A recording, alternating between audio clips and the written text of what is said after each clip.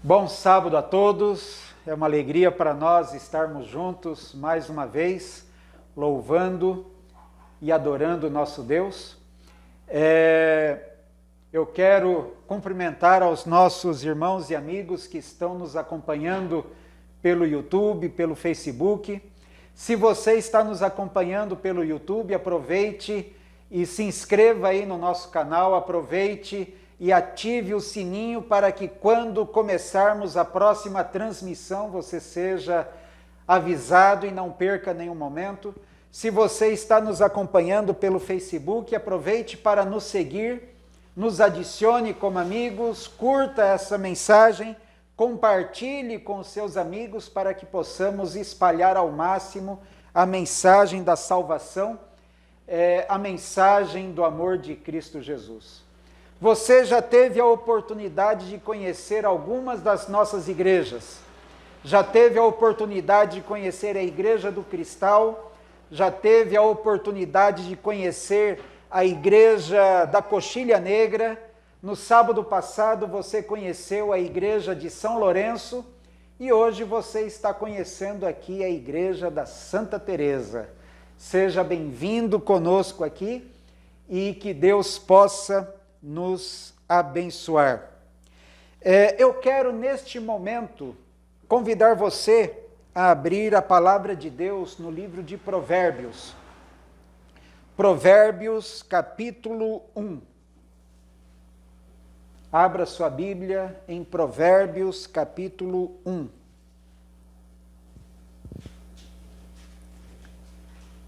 Vamos ler a partir do verso 1, que diz assim: Provérbios de Salomão, filho de Davi, o rei de Israel, para aprender a sabedoria e o ensino, para entender as palavras de inteligência, para obter o ensino do bom proceder, a justiça, o juízo e a equidade, para dar aos simples prudência e aos jovens conhecimento e bom siso. Ouça o sábio e cresça em prudência, e o instruído adquira habilidade, para entender provérbios e parábolas, as palavras e enigmas dos sábios. O temor do Senhor é o princípio do saber, mas os loucos desprezam a sabedoria e o ensino. Filho meu, ouve o ensino de teu pai, e não deixes a instrução de tua mãe, porque serão diadema de graça para a tua cabeça e colares para o teu pescoço. Eu vou parar a leitura aqui, e daqui a pouco a gente vai revisar cada um desses versos que a gente estudou até aqui. Mas eu confesso para vocês que neste sábado eu não poderia deixar de falar de um tema especial, que é o Dia das Mães, que é amanhã, né? Nem todos somos mães, eu não sou mãe, mas todos temos uma mãe, né? Nem todos somos mãe, mas todos temos mãe.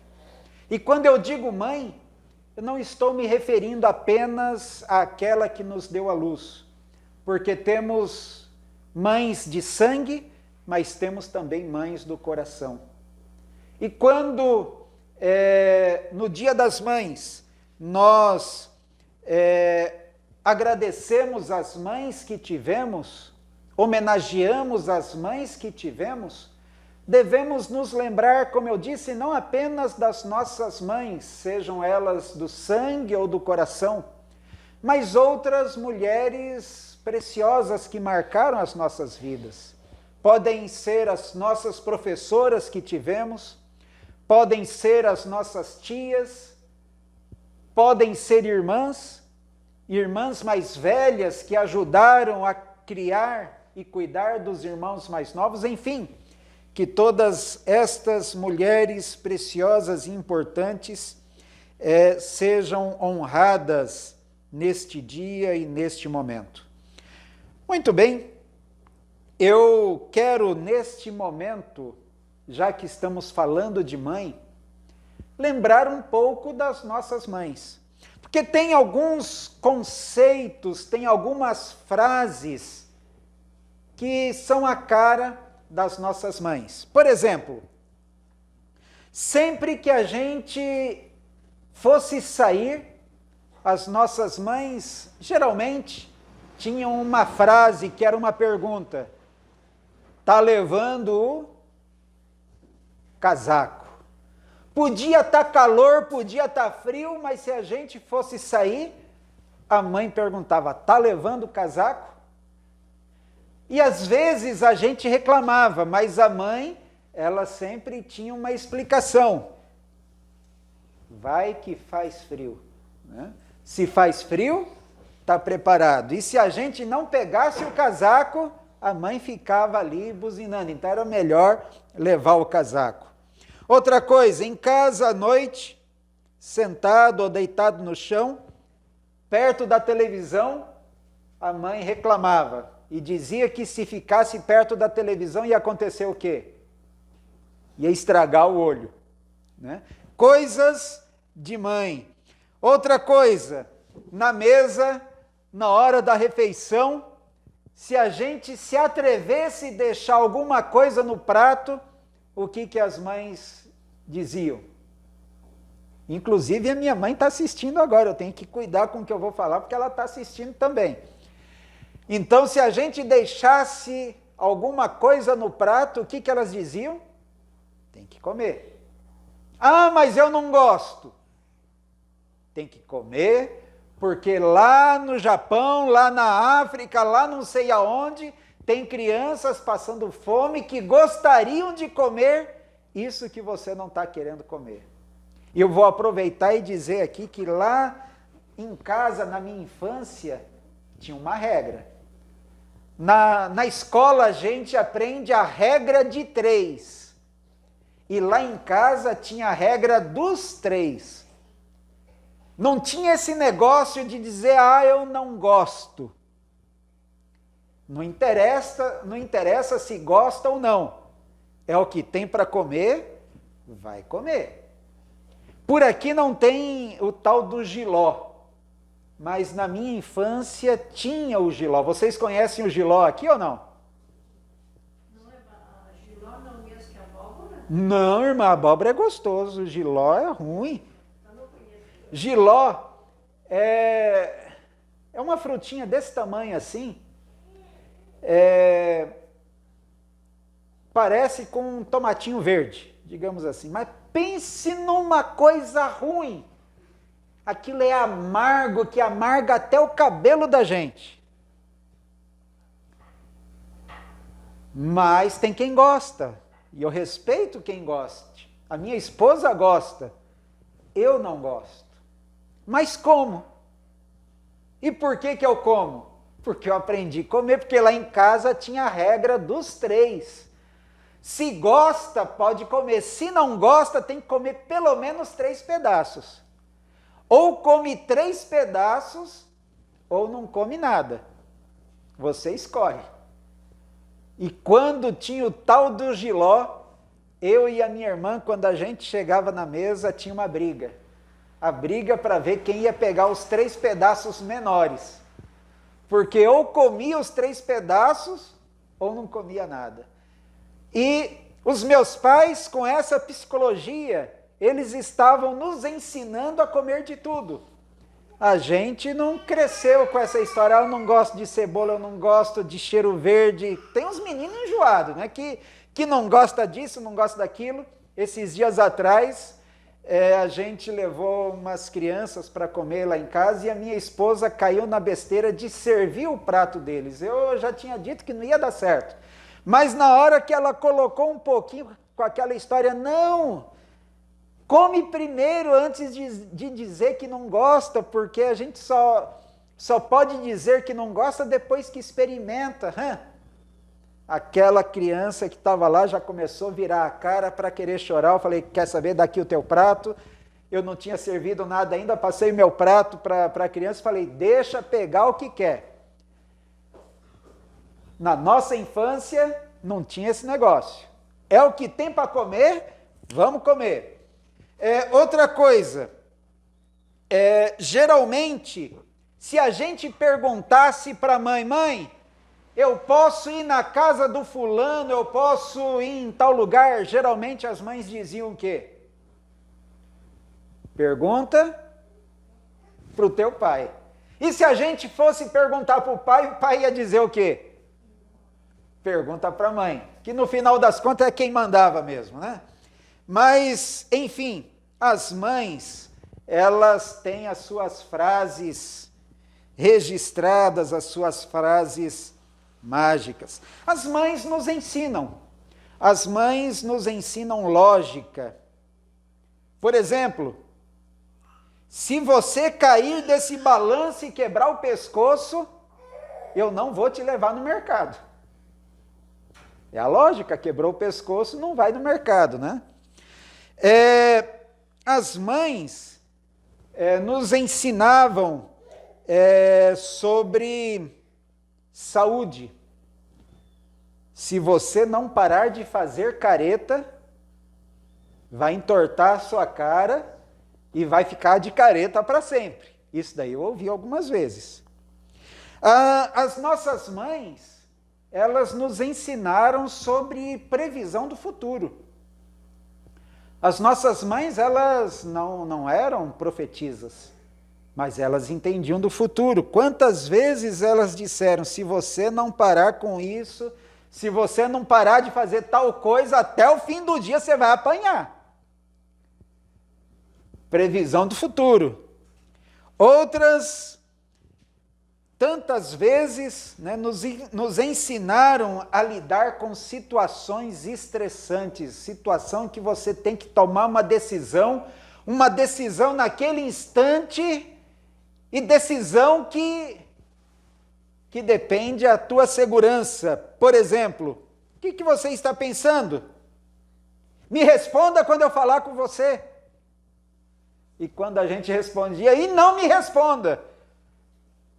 Tem que tomar uma decisão. E aí, responde ou não responde? Vai saber, né? As nossas mães nos ensinaram a crescer. Você tem que comer cebola, porque se não comer cebola, você não vai crescer e não vai ficar forte. As nossas mães entendem também de genética, né? Quantas vezes elas disseram, né? Você é igualzinho seu pai. Nos ensinaram também que com a idade vem sabedoria. Quando você chegar na minha idade, você vai entender. Nos ensinaram a esperar, né? Espere até o teu pai chegar em casa para ver. Nos ensinaram também a aguardar por recompensas. Nos ensinaram também a importância de se cumprir as promessas. Espera só até a gente chegar em casa. O que é teu está guardado para quando a gente chegar em casa. Geralmente isto era dito quando a gente estava na casa dos outros, né? Na casa dos parentes, na casa dos amigos. As nossas mães nos ensinaram sobre a justiça retributiva, né? Um dia você terá filhos, e espero que seja igual você, para que você saiba o que você me faz passar, né? Justiça retributiva. Sabe, queridos, nossas mães que estão conosco, mães que já se foram, mas mães que merecem ser honradas, mães que merecem ser lembradas, mães que foram uma bênção de Deus para todos nós. E o texto que nós lemos nesta manhã, de Provérbios capítulo 1, verso 1 a 9, nos mostra um pouco do porquê que devemos honrar as nossas mães. O livro de Provérbios, já no primeiro capítulo e o primeiro verso, já identifica quem foi que escreveu este livro. Salomão, filho do rei Davi. Na verdade, não foi ele que escreveu tudo. vários desses provérbios foram criados por ele, foram escritos por ele.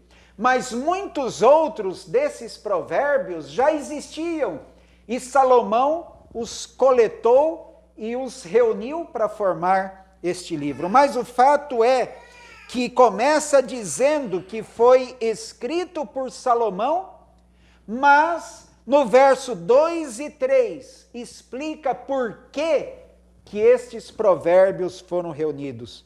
E aqui nós lemos: para aprender a sabedoria e o ensino, para entender as palavras de inteligência, para obter o ensino do bom proceder, a justiça, o juízo e a equidade. Esses provérbios, eles foram colocados aqui para que possamos obter sabedoria e conhecimento. Agora eu pergunto para vocês, tem diferença entre sabedoria e conhecimento? O que vocês acham? Ou é a mesma coisa?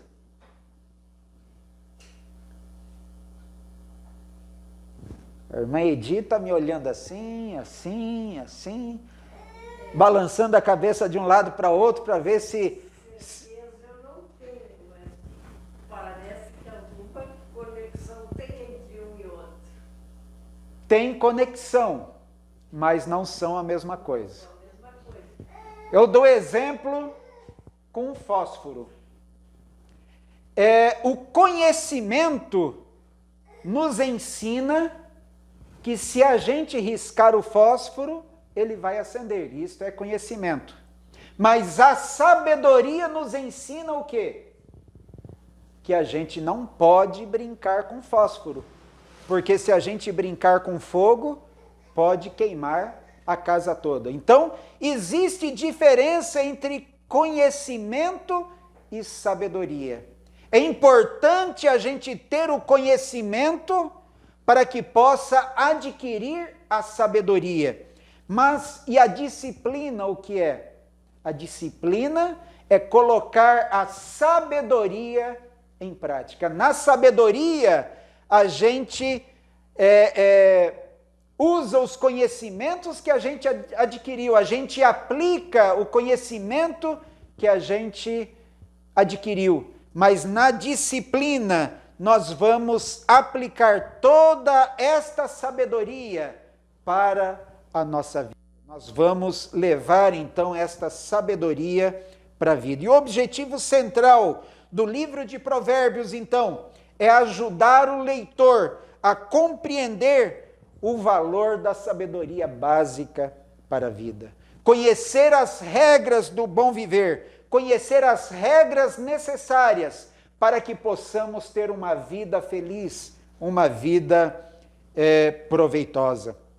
Só que se a gente avançar um pouco mais, a gente vai chegar no verso 5 e no verso 6, onde a gente lê: ouça o sábio e cresça em prudência, e o instruído adquira habilidade, para entender provérbios e parábolas, as palavras e enigmas dos sábios, para dar prudência aos simples.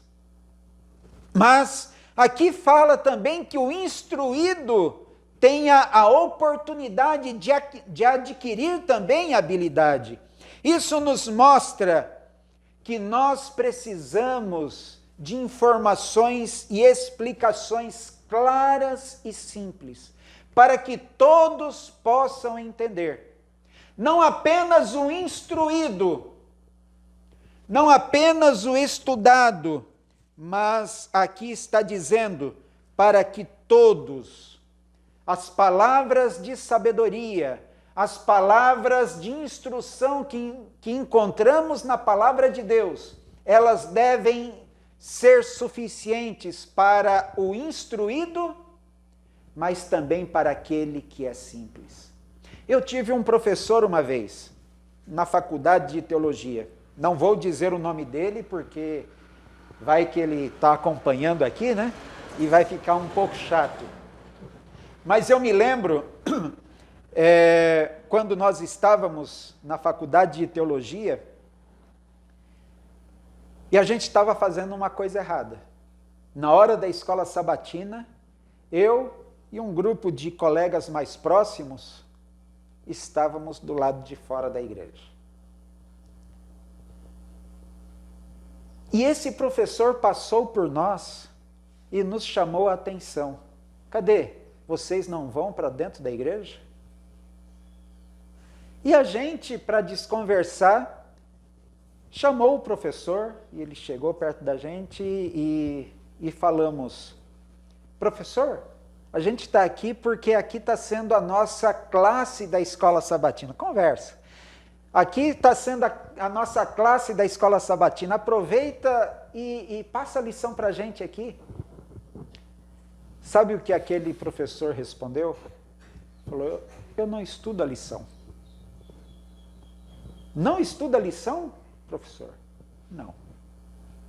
Porque esses que escrevem a lição, eu posso ser professor deles.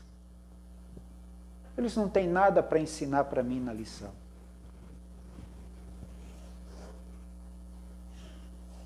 Por isso que eu não vou dizer o nome desse professor, mas já posso adiantar para vocês que a vida já ensinou muita coisa e esse professor hoje já pensa diferente.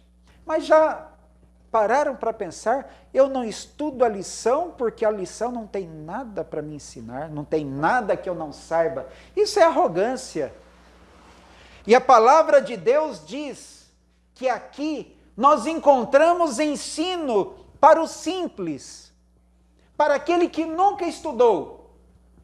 Mas encontramos também grandes verdades que precisam ser aprendidas por aqueles que até acham que já estudaram tudo e já sabem de tudo. Aqui, na palavra de Deus, a gente encontra ensino para todos. E a prudência deve ser aprendida tanto pelo simples, como também por aquele que na sua arrogância acha que já sabe de tudo. Mas aí, queridos, chega o verso 7, que não é o ponto central ainda, mas o verso 7 nos ensina algo extremamente importante.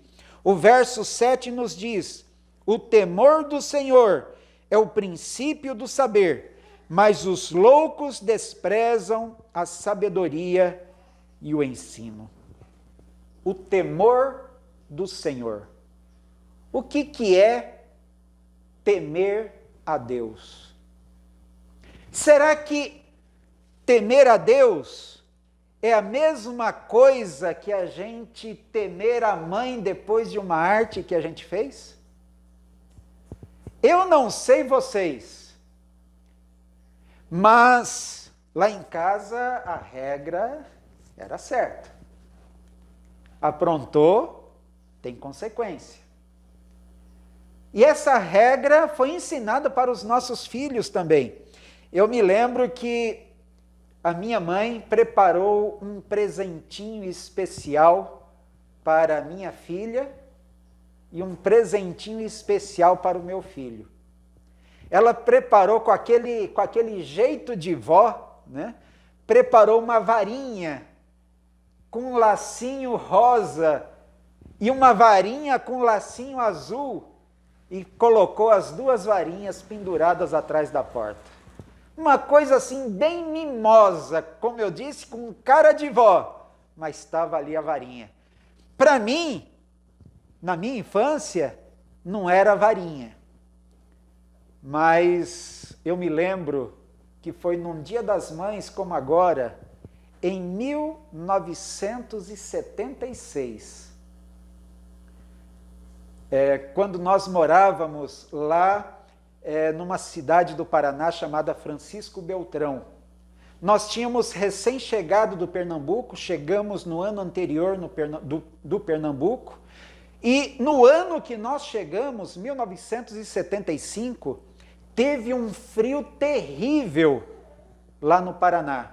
Acredito que aqui no Rio Grande do Sul teve também esse mesmo frio. Mas para o ano seguinte, então, em 1976, no Dia das Mães, eu e a minha irmã, demos de presente para minha mãe uma pantufa. Que nome bonito, né? Pantufa. E era um chinelinho fofinho, feito de pele de coelho, bem macio, vermelhinho, aqueles pelinhos pintados de vermelho. Mas que presente infeliz que a gente deu para nossa mãe. Porque aquele chinelo, ele era fofinho só por cima. Por baixo ele tinha uma sola ardida. E o duro é que era de couro e entrava ano e saía ano e aquele chinelo não se acabava. E quantas vezes aquele chinelo cantou? Quantas vezes? Eu não vou mentir para vocês não, eu já tinha os meus 15 anos e aquele chinelo não tinha acabado ainda. E eu sei que não tinha acabado. Mas a gente vai aprendendo a manha da coisa também, né? Eu vou aqui me entregar, minha mãe está assistindo aqui e eu vou me entregar. Eu caí na besteira uma vez de dizer, pode bater que eu não vou chorar. E fui aguentando, e tome, até que eu entendi que se eu não chorasse não parava. Aí eu peguei a manha da coisa, que ela batia até chorar. Depois que chorava, ela dava só mais uma. Então, o que eu fazia? Na segunda eu já chorava, que na terceira ela parava, né? Mas, se eu fosse fazer uma arte, eu tinha que estar atento que o castigo viria. E a gente acaba aprendendo a ter medo. E aí eu volto à pergunta que eu fiz. Temer a Deus, o temor do Senhor, que é o princípio da sabedoria, o temor do Senhor, que é o princípio do conhecimento, é este temor? Não. Temor a Deus não significa ter medo. Entender melhor o temor do Senhor, é preciso a gente entender, por exemplo, o trânsito. Quando a gente vai lá a Porto Alegre, ou até mesmo Pelotas, cidade grande tem um trânsito mais intenso. A gente precisa ter medo dos carros que estão passando na rua? O que vocês acham? A gente precisa ter medo ou precisa ter respeito? A gente não precisa temer os carros que estão passando na rua, mas a gente precisa ter o respeito. Se a gente tiver medo, a gente não sai de casa. Mas se a gente entender que é perigoso atravessar a rua na frente de um carro que está em movimento, e a gente respeitar, a gente vai conseguir conviver em paz naquele ambiente e vai conseguir resolver tudo que a gente precisa resolver. Da mesma forma, temer a Deus é a mesma coisa. Nós não precisamos ter medo de Deus, mas precisamos respeitá-lo. Respeitá-lo como nosso Criador, respeitá-lo como nosso Salvador, respeitá-lo como nosso mantenedor. Não precisamos ter medo do trânsito. Ter medo de trânsito nos faz tolos. Nós precisamos respeitar. E da mesma forma, não precisamos ter medo de Deus, precisamos respeitá-lo.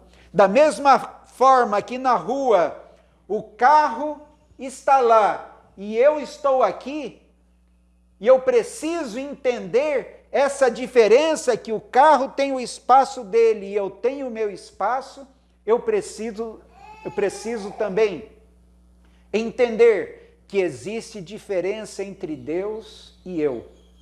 E eu tenho que respeitar a Deus no seu espaço e preciso também me colocar no meu lugar de insignificância diante deste Deus tão grandioso. Entendendo essa diferença, então haverá o respeito que esse Deus tão poderoso e tão amoroso tem para com cada um de nós. E então, chegamos no próximo verso, que este sim é o foco do nosso texto nesta manhã. O verso 8 nos diz: Filho meu, ouve o ensino de teu pai e não deixes a instrução de sua mãe. Quando a gente lê este verso, uma das coisas que nos vem à mente é o que nós encontramos no livro de Êxodo, no capítulo 20 e o verso 12. Mesmo sem olhar lá na Bíblia, você sabe este verso de cor. Capítulo 20 de Êxodo são os 10 mandamentos. E o verso 12, dentro do contexto que nós estamos estudando, nós vamos lembrar do 5º mandamento. E qual que é o 5º mandamento? Honra o teu pai e a tua mãe. Por quê? Ou para quê? É o mandamento com promessa, para que se prolongue os dias na terra que o Senhor teu Deus te dá. Aqui nós encontramos algumas coisas interessantes. Aqui está dizendo: honra o teu pai e a tua mãe enquanto você é criança? É isso que está dizendo? Não. Aqui não está colocando um limite da idade dos filhos, em que os filhos devem amar os pais. Enquanto você for filho, você deve honrar os teus pais. Agora, aqui está dizendo: honre o seu pai e a sua mãe enquanto eles forem vivos? Também não está colocando esse limite. Aqui nós não temos limite de idade para os filhos honrarem os pais. E não está também colocando um limite existencial para que, enquanto os pais existirem, eles sejam honrados. Não. Enquanto eu sou filho, eu devo honrar. E eu sou filho, mesmo que os meus pais não existam mais. Enquanto eu sou filho, eu devo honrar os meus pais. Não existe limite. A lei não define nenhum limite de idade para a criança e não coloca nenhum prazo de duração para esta obediência, para esta honra, para esse respeito. Enquanto eu me considero filho, eu tenho pais que precisam ser honrados. Sabe, queridos, e desonra não significa necessariamente desobedecer. Desonra, às vezes, é obedecer pela metade. Obedecer mal obedecido. E também honra não significa obedecer sempre. Obedecer simplesmente porque eles estão dizendo.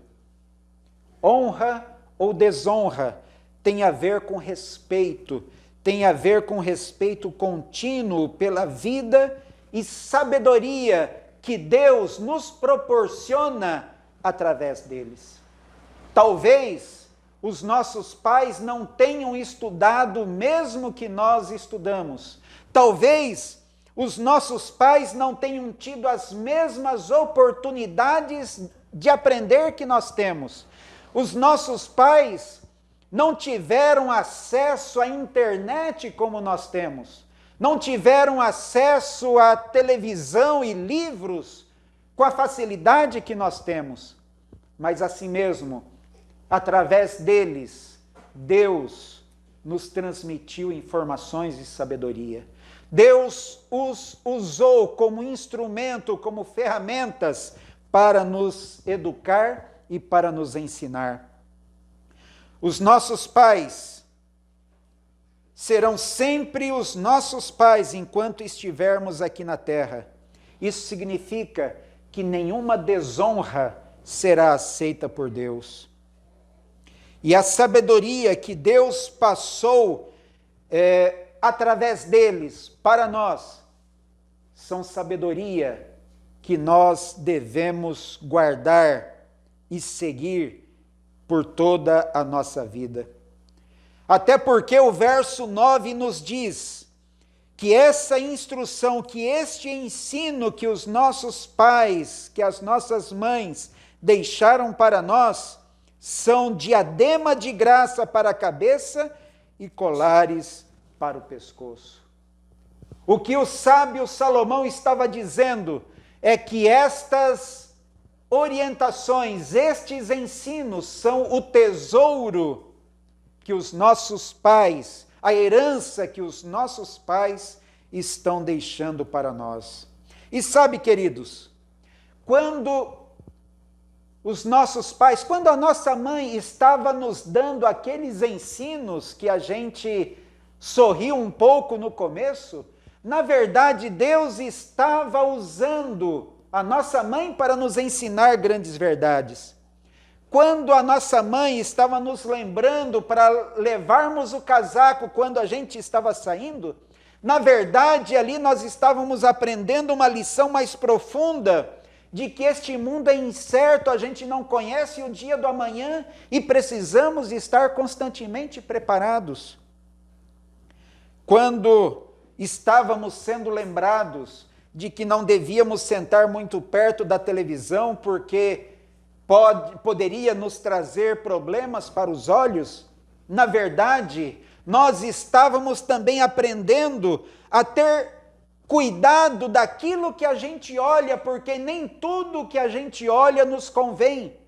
E muitas vezes aquilo que a gente está olhando, da maneira que nós estivermos olhando, poderemos estar prejudicando a nossa vida e a nossa vida futura. Quando a nossa mãe nos disse para comermos tudo e limparmos o prato, nós estávamos sendo ensinados a sermos gratos pelo que temos, porque muitos não têm os mesmos privilégios e oportunidades que nós temos.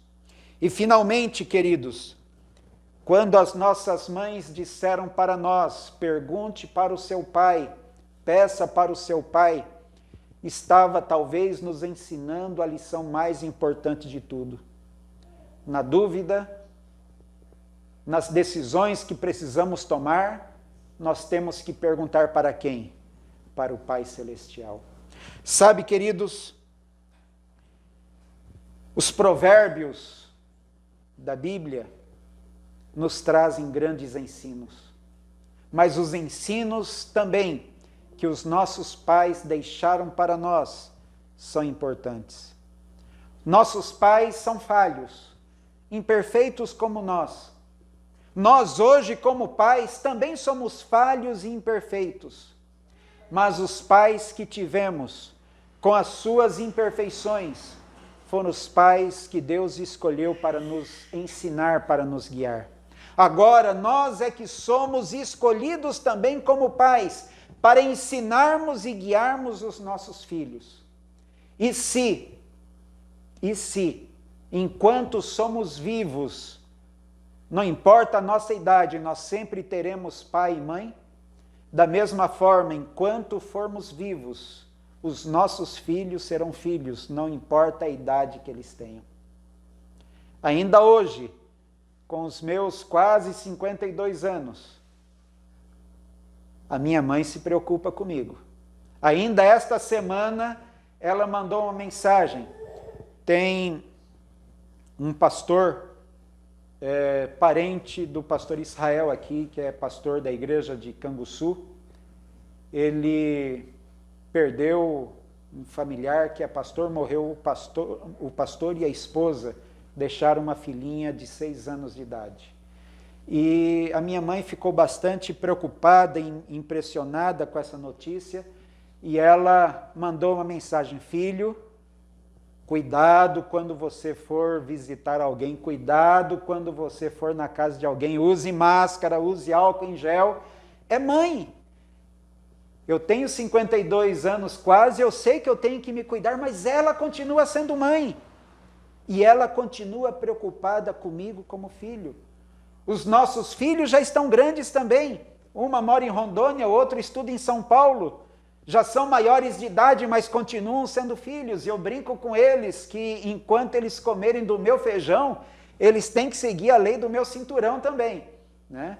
E a minha filha não come mais do meu feijão, ela já tem a vida dela, já tem o salário dela, mas eu digo, você é minha filha ainda. Sabe, queridos, os nossos pais foram ferramentas de Deus para nos ajudar a crescer. E hoje nós somos ferramentas na mão de Deus para ajudarmos os nossos filhos.